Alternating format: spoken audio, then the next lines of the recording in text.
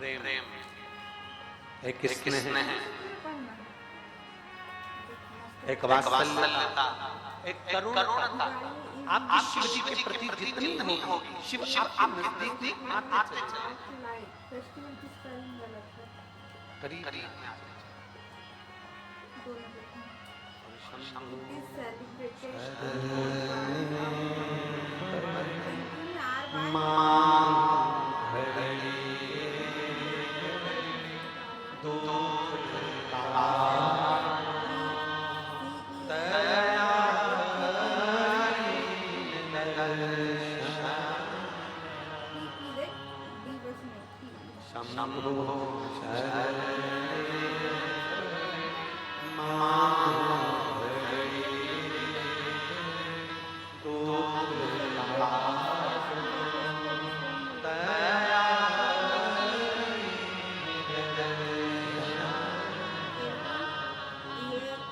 आपका हमारा प्रेम परमात्मा से होगा तो परमात्मा खींचकर हमारे पास में आए।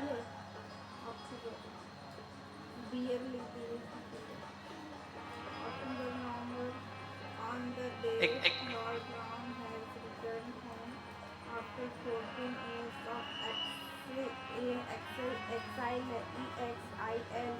बहुत सुंदर उच्चारण भी गलत है। 14 year of exile, एक माली exile. शिव महापुराण का बड़ा सुंदर एक बड़ा अच्छा संवाद है। एक माली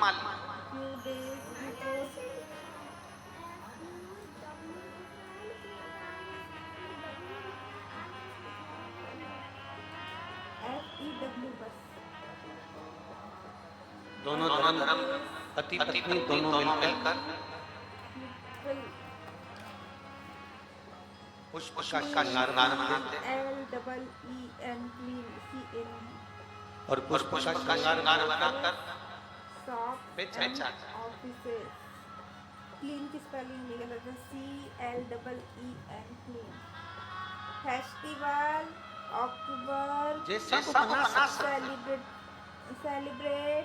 जैसा वो निर्माण कर सकते हैं वैसा वो निर्माण करते हैं और निर्माण कर पुष्प का श्रृंगार बनाकर बेचा।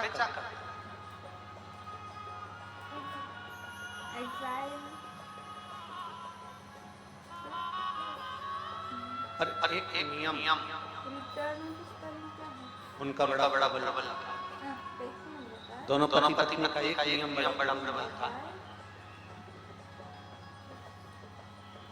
अगर वो मालूम पड़ जाए कि कोई शंकर जी के मंदिर में जा रहा है और पुष्प जो लेने आया है, ये जो माला लेके लिए आया है, जो ये माला लेकर हमारे पास जा रहा है, पुष्प लेकर जा रहा है, तो उनका नियम था कि पुष्प लेकर जाने वाले का मालूम पड़ जाए कि ये शिवालय जा रहा है, शंकर जी के मंदिर जा रहा है, शंकर जी को जल चढ़ाने जा रहा है और पुष्प लेने के लिए आया है, तो शिव महापुराण की कथा कहती है कि वो दोनों माली और माला जब माला देते थे तो उसके साथ में थोड़ी सी बेलपत्र, 2-4 बेलपत्र और 2-4 पुष्प वो माली और माला उस डलिया में, चौकनी में, उस पत्ते में बांध कर लपेट कर दे देते थे कि ये जो बेलपत्र है, ये जो पुष्प है, ये आप भोलेनाथ जी को हमारी ओर से समर्पित कर। भगवान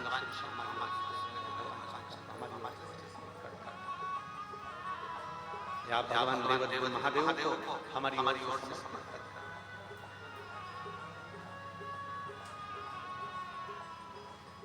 दोनों अब एक प्रसंग आपके भीतर हो, अपनी जिंदगी में एक स्मरण करिएगा, बन सके, अगर बन सके आपके जीवन में, आप जल चढ़ाने नहीं जा सकते, आप शंकर जी के मंदिर नहीं जा सकते, आप शिव के शिवालय तक नहीं पहुंच सकते, तो प्रयास करो कि हमारे नजदीक में से कोई बहन, कोई भाई, कोई परिवार का सदस्य, कोई बाजू वाला, कोई पड़ोसी अगर शंकर के मंदिर में जल चढ़ाने के लिए जा रहा है और मान लो जल चढ़ाकर आ भी रहा है ना, तो उसका मात्र कलश का या उसका मात्र हम दर्शन भी कर लेते हैं तो भगवान शंकर के शिवालय का पूरा पुण्य फल हमारे पास प्राप्त होगा।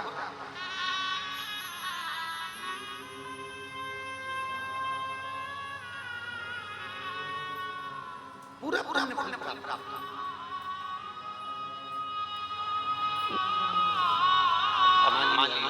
नियम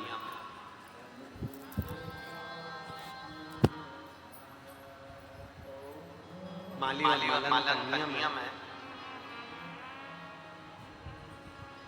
और माली और मालन का नियम में आज भी नियम है कि माली मालन अगर फूल बेचते हैं आप माला लेने जाओ कोई सामान लेने जाओ तो अलग से पन्नी के अंदर दो चार फूल दो चार बेलपत्र अलग से डालकर दे ही देते हैं। वो नियम आज तक चला।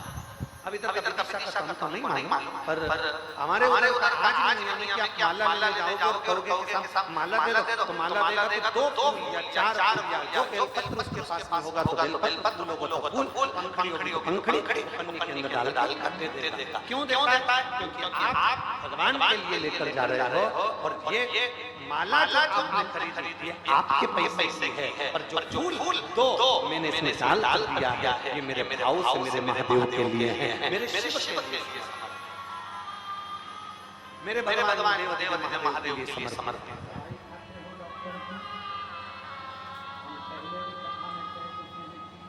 और मैं तेरी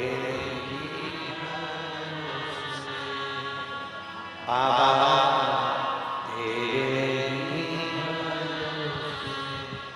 हवा उड़नी बाबा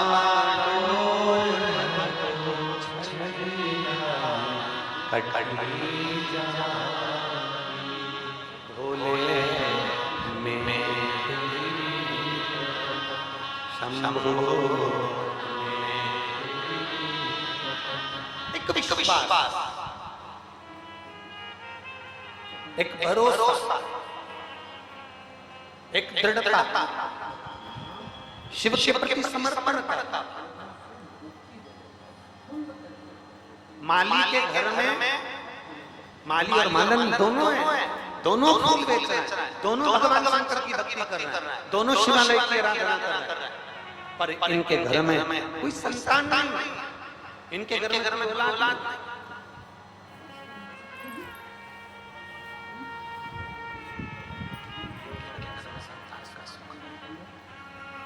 इनके घर में औलाद का सुख नहीं, इनके घर में संतान का सुख नहीं। एक दिन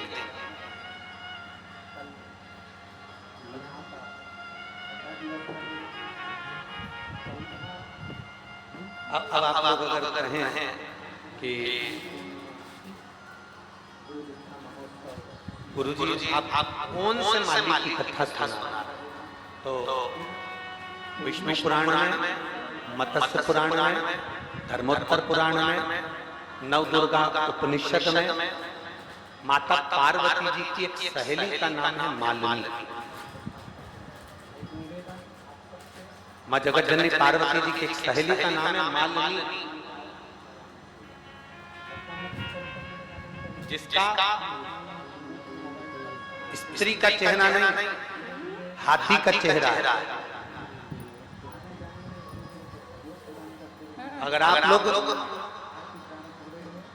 शास्त्र में पढ़ेंगे तो आपको पार्वती जी की एक सहेली का नाम मालिनी का पूरा विवरण उस शास्त्रों में हमें प्राप्त हो जाता है और ये कथा उसी की चल रही।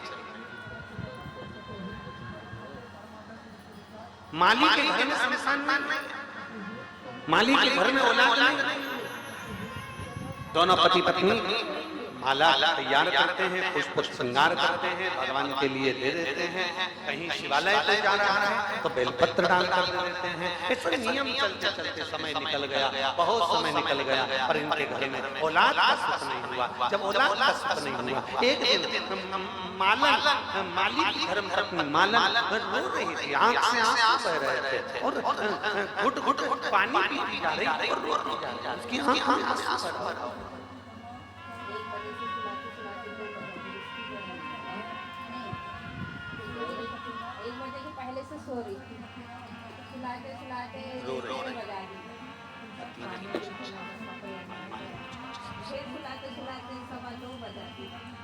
माली उससे पूछा, और माली ने उससे पूछा कि तेरी आंख में आंसू भरा हुआ है, तू रो रही है, क्यों?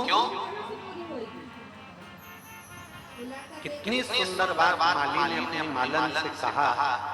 भगवान का श्रृंगार करते समय, भगवान को भोग लगाते समय, भगवान को सुलाते समय, भगवान को जगाते समय, और भगवान के लिए कोई अच्छा आयोजन करो उस समय, जब मांग में सिंदूर भरे नारी उस समय, हाथ में चूड़ा पहने नारी उस समय, पांव में बिछुड़ी पहने नारी उस समय, 16 श्रृंगार नारी कर रही हो उस समय, माली मालन से कह रहा है ये वो समय है जिस समय पर नारी या पुरुष किसी की आंख में आंसू नहीं आना चाहिए। ये वो समय, अगर स्त्री मांग में सिंदूर भर रही है उसकी आंख में आंसू नहीं होना चाहिए। अगर नारी चूड़ा बदल रही है उसके आंखों में आंसू नहीं होना चाहिए। भगवान का श्रृंगार कर रहे हैं तब आंखों से आंसू नहीं बहना चाहिए। भगवान को भोग लगा रहे हैं आंसू नहीं होना चाहिए। भगवान के लिए कुछ नया, सत्यनारायण भगवान को तुमने घर में कथा रख दी, कोई हवन कर दिया, कोई क्यारी कर दी, कोई यज्ञ कर दिया, कोई हवन स्थान रख दिया, कोई महामृत्युंजय का जाप रख दिया, कोई तुमने गोपाल नाम का पाठ दिया, श्री सूक्त पुरुष अनुष्ठान कर दिया, कोई गणेश चतुर्थी का तुमने अनुष्ठान कर दिया, तो घर में अगर अनुष्ठान हो रहा है तो तुम्हारी आंखों में यजमान जो होता है, जो भगवान का भक्त जो होता है, उसकी आंखों में जल नहीं होना चाहिए। और मालन तुम रो रही हो, माली मालन से करे तो रो रही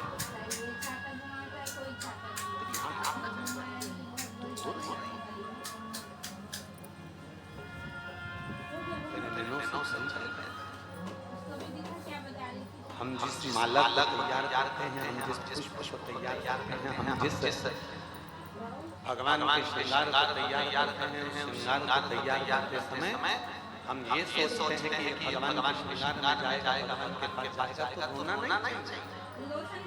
मालन तू रो रही है, मालन कहती है स्वामी मेरे घर में संतान नहीं।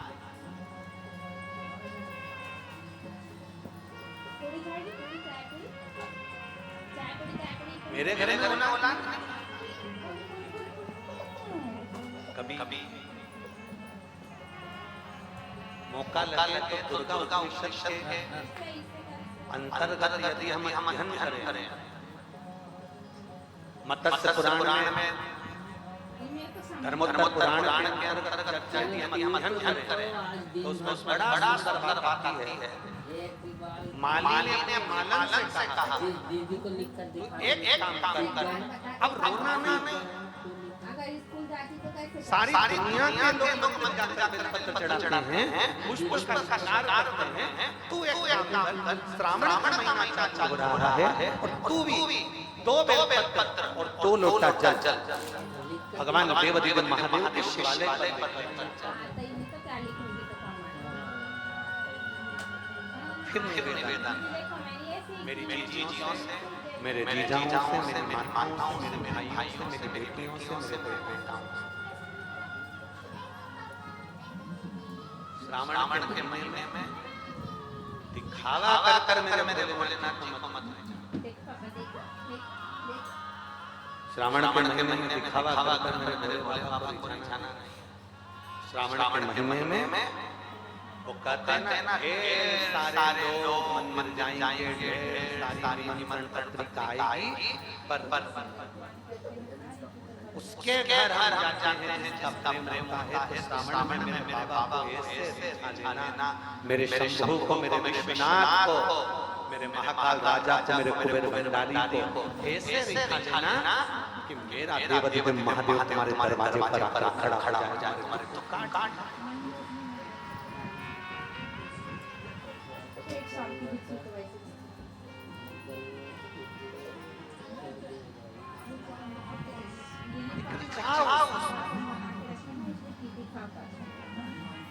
कहाँ से लाऊं गंगा, कहाँ से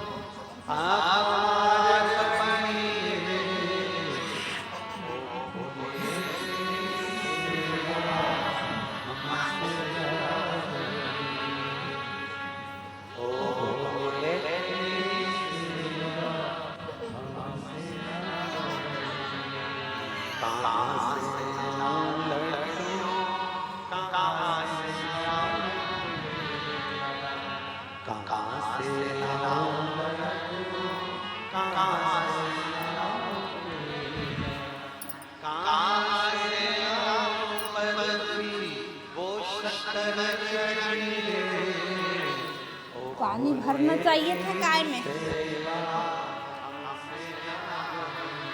हमसे ना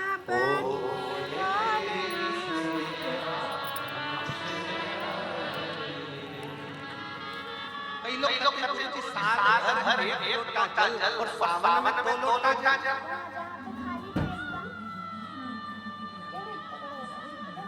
क्या श्रावण के महीने में 2 लोटा जल।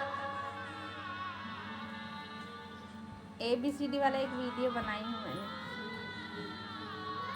महाराज 2 लोटे जल से मतलब है अपनी भक्ति को। मेरे पति का नाम है मनमोहन सोनी, विठल नगर विदिशा की रहने वाली हूँ। कहीं बैठी हो मालती सोनी। मेरे पति का नाम है मनमोहन सोनी, विठल नगर विदिशा की रहने वाली है। अगर कहीं बैठी हो तो बेलपत्र लेने आ सकती हैं। कहीं बैठी हो तो हाथ हिला सकती हैं और बेलपत्र लेने के लिए आ सकती हैं। अगर कहीं बैठी हो तो अपने दोनों हाथ हिला सकती हैं। बैठी हैं, कहीं बैठी हो तो हाथ हिला सकती हैं। मैं मालती सोनी, मेरे पति का नाम है मनमोहन सोनी, मैं विठल नगर विदिशा की रहने वाली हूँ।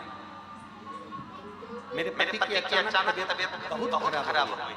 पत्र को आप लोग LED पर, आस्था चैनल पर पत्र को पढ़ सकते हो, टीवी पर पत्र को पढ़ सकते हो। मेरे पति की अचानक तबीयत बहुत खराब हो गई।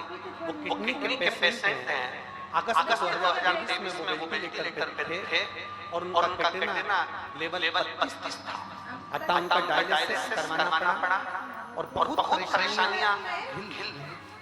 एक कांस्टेबल था गुरुदेव इतना हॉस्पिटल के चक्कर लगने लगे कि मंदिर जाने का कोई समय नहीं मिल पाता। अब करें तो करें क्या।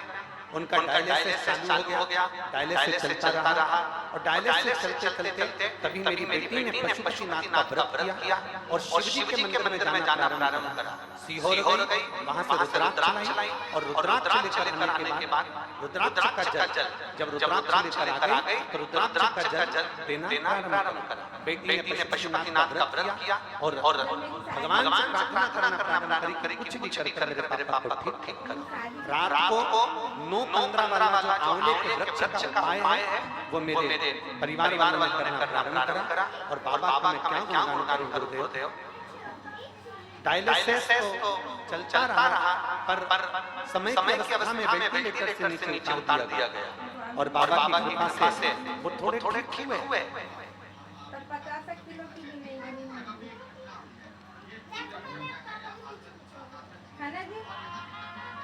50 किलो की नहीं है। मेरे भोलेनाथ की कृपा का मैं क्या गुणगान करूं। रुद्राक्ष का जल देते, बेलपत्र का लाकर उनके पास में रख देते, तभी जो नहीं होना था वो हो गया और उनका जो फिस्टुला बनता था वो अचानक से बनना बंद हो गया। अब तो डॉक्टर भी हैरान हो गए कि ये फिस्टुला बनना कैसे बंद हो गया। अब करे तो करे क्या। समस्या भारी सी लगने लगी और तबीयत एकदम से खराब होने लगी। अब करे क्या।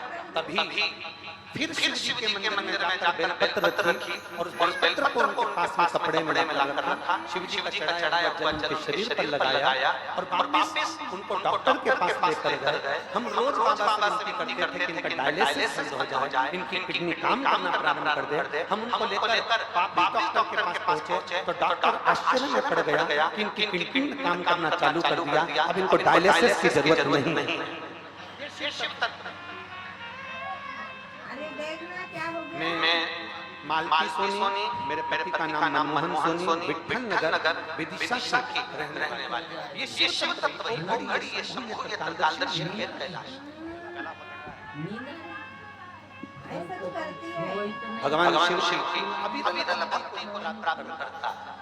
अर्थात शिव महापुराण की कथा कहती है कि अभी तक जो तुम एक लोटा जल समर्पित कर रहे हो, एक लोटा जल चढ़ा रहे हो, अब श्रावण के महीने में कितना लोटा जम के बोलो जरा 2 लोटा। अर्थात अपनी भक्ति को हमें बढ़ाना। अपनी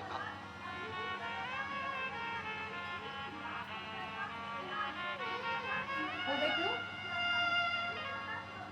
ले आजा आजा सुट जैसे जैसे भक्ति बढ़ती चली जाए, जैसे जैसे भक्ति और विश्वास दृढ़ होता चले जाए, उतना उतना सुख का अनुभव हमारी जिंदगी में होता है। नहीं करती पता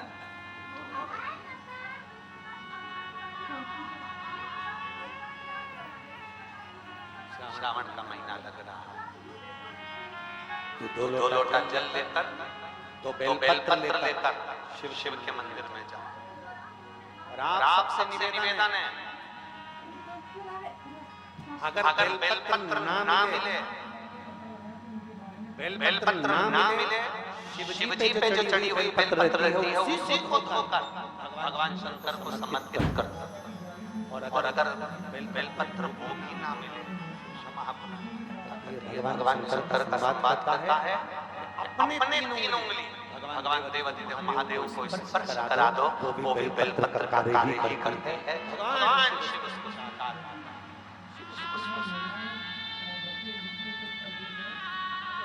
अब किसी ने एक दिन बात कही, कहने वाले बहुत सारी बातें कह देते हैं कि गुरुजी क्या भगवान के शिवलिंग का स्पर्श करना चाहिए?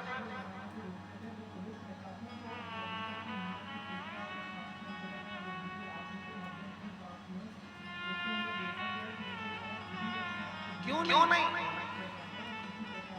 माता सती, उमा, पार्वती, माता कात्यायनी, चंद्रघंटा, स्कंदा, जितनी माताएं हैं स्वयं लक्ष्मी जी, भगवान शंकर की भगवान शंकर के शिवलिंग का निर्माण कर भगवान शंकर के शिवलिंग का निर्माण कर उसका पूजन करती है। ब्रह्माणी स्वयं भगवान शंकर के शिवलिंग का निर्माण कर पूजन करती है। मां इंद्राणी, इंद्र जब हार गया पूरा चले गया, असुर ने सब कुछ नष्ट कर दिया, तब इंद्राणी ने स्वयं बैठकर शिवलिंग की आराधना करी, शिवलिंग का निर्माण करा और शिवलिंग की पूजन करी। हमारा शास्त्र कहता है, कोई कहे तो कि किस शिवलिंग स्पर्श कर सकते हैं, जरा विचार करिएगा।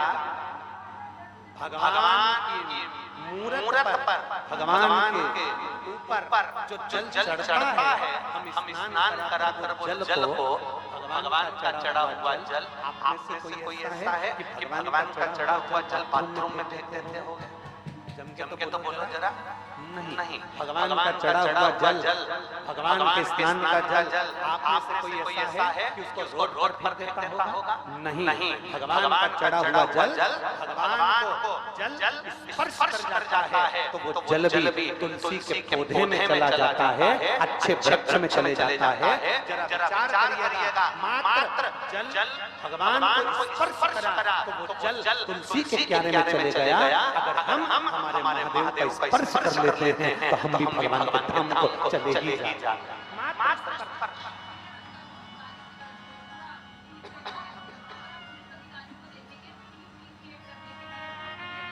स्पर्श मात्र से हम भगवान शंकर के करीब पहुंच जाते हैं, शंकर के करीब मात्र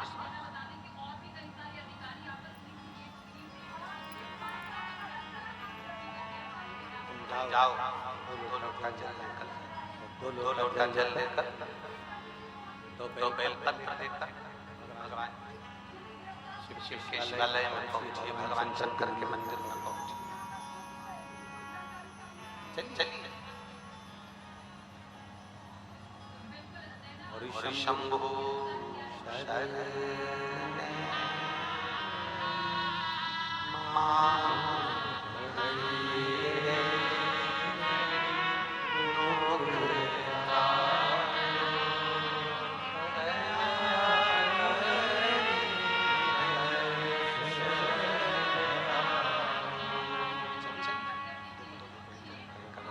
माला दो लोटे जल लेकर, साथ में दो बेलपत्र लेकर भगवान शंकर के शिवालय, भगवान शिव के शिवालय, शिवलिंग की ओर आगे बढ़ रोज जाए सावन के महीने में, रोज भगवान शंकर की आराधना करे, रोज भगवान शिव के मंदिर रोज जाए, शिवालय रोज जाए,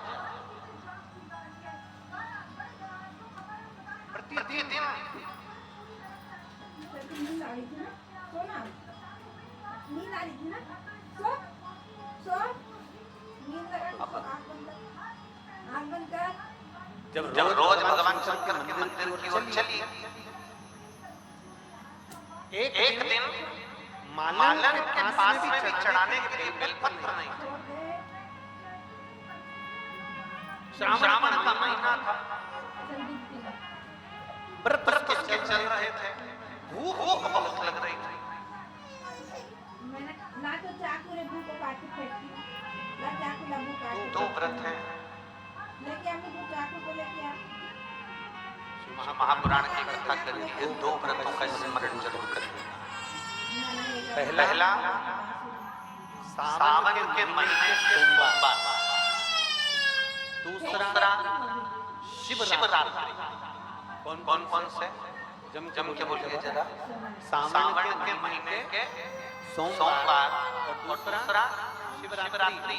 शिव महापुराण की कथा कहती है, साल भर तुम कोई व्रत करे ना करे, साल भर तुमने कोई उपासना ना करा, अगर ये शिवरात्रि का व्रत और सावन के महीने के सोमवार का व्रत जो मनुष्य कर लेता है, उसको वर्ष भर के व्रत का सारा पुण्य अपने आप प्राप्त हो।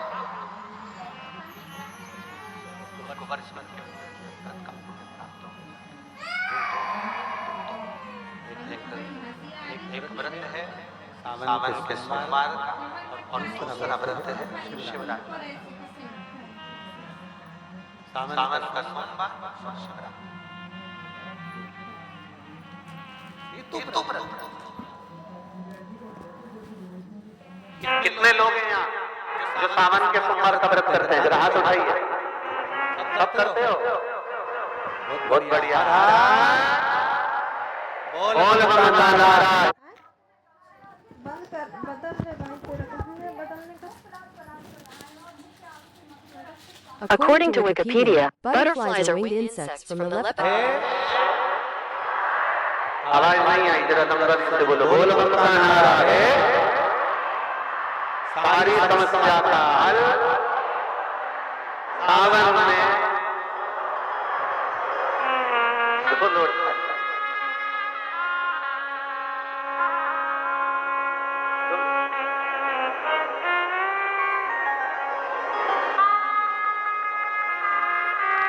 बस हाथ में 2 लोटा का जल भरा हुआ, भक्ति को दुगना करना है, भजन को दुगना करना है, स्मरण को दुगना करना है, साधना को दुगना करना है।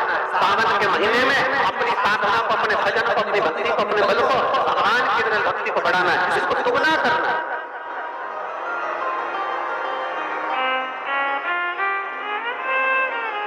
मालन को भूख लग रही है, बेलपत्र भी नहीं है, भगवान समर्पित करने के बेलपत्र भी उसके पास में, भूख लग रही है, बेलपत्र भी उसके पास में। अब क्या विचार करो? एक बेलपत्री के वृक्ष के नीचे बेलपत्र लेने के लिए पहुंचे। देखो मार्ग कौन दिखाता है? मार्ग दिखाने वाला कौन है? देवदेव महा आपको मार्ग दिखाने वाला। ये सब मार्ग के ऊपर चलता है। अब कल दोपहर में कथा में हमने कह दिया कि कल कथा विराम दे दी, फिर बाद में कहीं शंकर जी को बेत्रवती माता ने भोलेनाथ जी से कहा होगा ये हो क्या लिया, तो फिर मालूम पड़ा कि कथा फिर चालू होगा।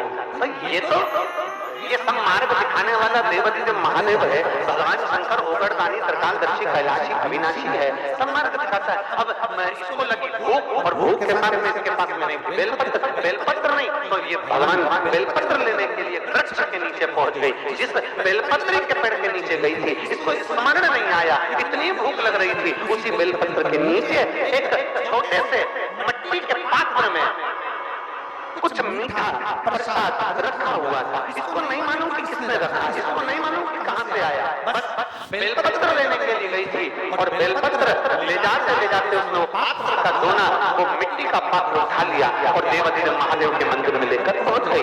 बेलपत्र लेकर आज मंदिर में नहीं गई, आज थोड़ा सा मीठा लेकर जो उसको मिला था उसको लेकर मंदिर में पहुंच गई और भगवान देवाधिदेव महादेव के सामने, भगवान शंकर के सामने, भगवान शिव जी की साक्षी में उसने वो मिष्ठान रखकर भगवान भोलेनाथ जी से प्रार्थना करी, आज मेरे पास देने के लिए बेलपत्र नहीं है, मैं जल लाई हूँ, साथ में ये थोड़ा सा प्रसाद लाई हूँ, आप पा लीजिए। और भगवान को देने लगे। कहाँ से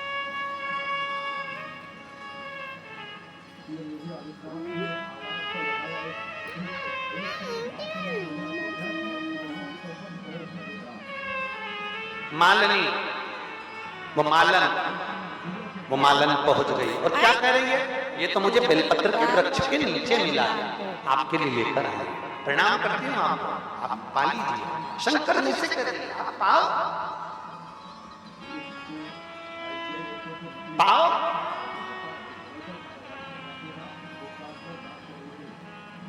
जिद पकड़ ली उस मालन ने, जिद, ऐसी जिद तुमने कभी नहीं पकड़ी होगी। तुम भगवान के सामने भोजन बनाकर ले जाते हो, भोग लगाते हो, उठाकर लाते हो, पूरा खा जाते हो, कभी तुमने भगवान के सामने जाकर जिद पकड़ी है? ए कन्हैया, ए मेरे राम जी, ए मेरे ठाकुर जी, ए मेरे भोलेनाथ जी, ये लेकर आई हूं, खाना तो पड़ेगा, जब तक नहीं खाओगे तब तक मैं भी नहीं खाऊंगी। जिद होती है। मालन ने जिद पकड़, मुझे ये बेलपत्री के पेड़ के नीचे से मिला है, तुम्हें खाना पड़ेगा, तुम्हें जीना पड़ेगा। बैठ गई, शिव जी नहीं आया, शंकर नहीं आया, माली ढूंढने के लिए निकला, माली ढूंढने के लिए निकला। माली को लगा मेरी पत्नी कहाँ गई, आज दिन भर से नहीं दिखी, दिन भर की पक्की गई मंदिर में गया माली ने देखा कि पत्नी भगवान शंकर के शिवलिंग से लिपट कर बैठी थी और सामने प्रसाद रखा हुआ था और कह रही है कि खाओ खाओ खाओ खाओ, बार बार कह रही है। पत्नी ने उसको जगाया, पागल हो गई है, तू क्या पागल हो गई है, चल उठ चल। पत्नी कहती है नहीं, जब तक ये नहीं आएगा तब तक मैं जाऊंगी नहीं। शिवलिंग को लपेट कर रोती रही, बाबा आना पड़ेगा, खाना पड़ेगा, बाबा आना पड़ेगा, खाना पड़ेगा। अब तो बाबा था, कभी अपने असली स्वरूप में मेरा बाबा नहीं आता, किसी साधु के वेश में, किसी साधारण के वेश में, किसी सन्यासी के वेश में, किसी स्त्री के वेश में, किसी पुरुष के वेश में, किसी बच्चे के वेश में, किसी दूसरे के वेश में मेरा बाबा आ जाता है। और मेरा बाबा आया और बाबा ने आकर तुरंत हाथ से पात्र उठाकर कहा, मालन ये किसका प्रसाद रखा है? मालन ने कहा ये शंकर जी के लिए रखा है, मैंने रखा है। मालन मुझे भूख लग रही है, मैं बहुत दूर से चलकर आया हूँ, क्या मैं इस प्रसाद को खा लूं? क्या मैं इस प्रसाद को खा लूं? मालन ने कहा मैंने तो बाबा के लिए रखा था, पर आप यदि भूखे हो तो आप खा लो, मैं बाबा को दूसरा बनाकर खिला दूंगी। इतने में बाबा ने कहा मालन तू तो ये प्रसाद की जिद पकड़ कर बैठी है भोलेनाथ जी से कि तुम्हें खाना पड़ेगा। मालन कहती है जिद मैंने पकड़ी है, पर भूख तुम्हें लग रही है ना, इसलिए तुम इसको पालो, पथिक हो, खाकर तुम जाओ, मैं बाबा से बात कर लूंगी। बस भोलेनाथ जी ने उस प्रसाद का कणका मात्र मुख में लिया, और जो मुख में लिया, मुख में लेते से ही मालन पीछे पलट कर देखती है तो चलते हुए मेरे महादेव निकल के जा रहे हैं। ये प्रतिबिंब मालन, प्रतिबिंब।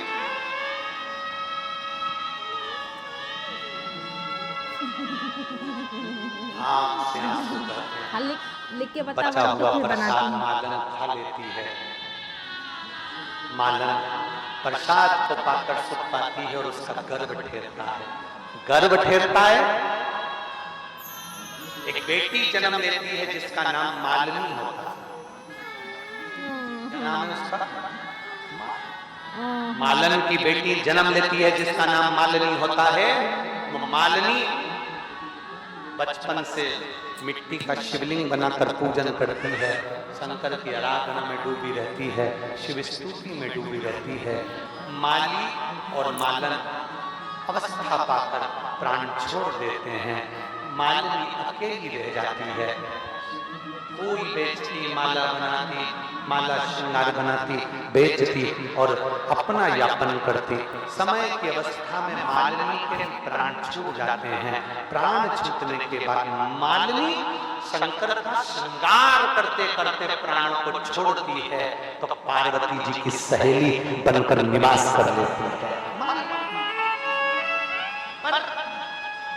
पूर्व के समय का जो ज्ञान था, पूर्व के समय का जो ज्ञान था, मालिनी पार्वती जी की सहेली तो बन गई, शंकर जी की आराधना में डूब गई, शिव की स्तुति में डूब गई। पर मालिनी आज शंकर की स्तुति में डूबी थी और डूबी डूबी एक दिन जल भरने के लिए सरोवर में जाती है, शिव के पूजन के लिए। क्या देखती है कि अपने प्रतिबिंब को देख लेती है जल में। जो जल में प्रतिबिंब देखा, देखकर सोचती है कि मैं तो सुंदर नजर आ रहा हूं, मैं सुंदर दिख रहा हूं।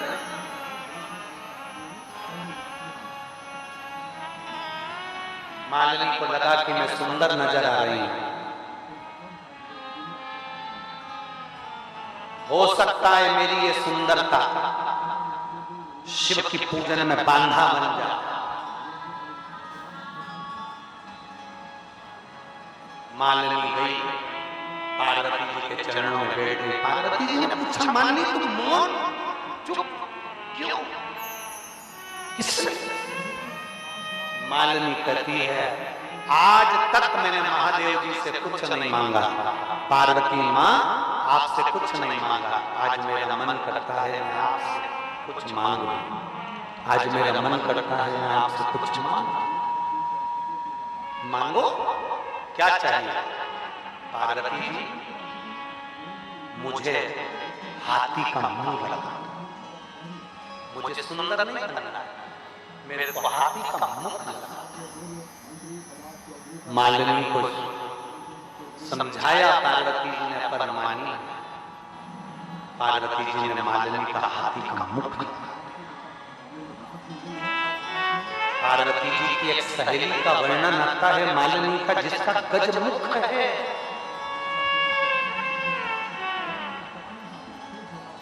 गज मुख, जिसको गणेश जी महाराज की धाय माता के रूप में भी माना गया। गणेश जी महाराज को मालिनी अपनी गोदी में खिलाती है। गज मुख,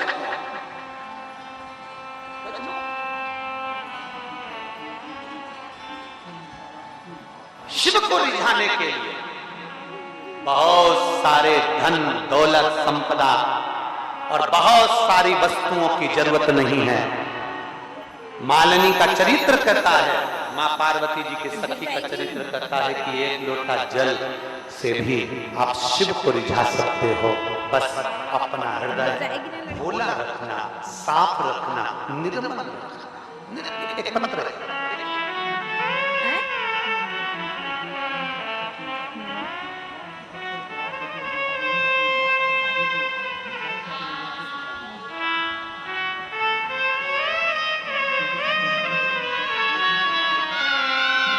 मेरा नाम राधिका शर्मा, जिला विदिशा, शमशाबाद हरड़ा की रहने वाली। कहीं बैठी हो तो हाथ हिला सकती है। राधिका शर्मा, जिला विदिशा, शमशाबाद हरड़ा की रहने वाली हूं। मैं महादेव का महिमा का क्या गुणगान करूं, एक लोटे जल का क्या गुणगान करूं। मेरे नाना जी के पेट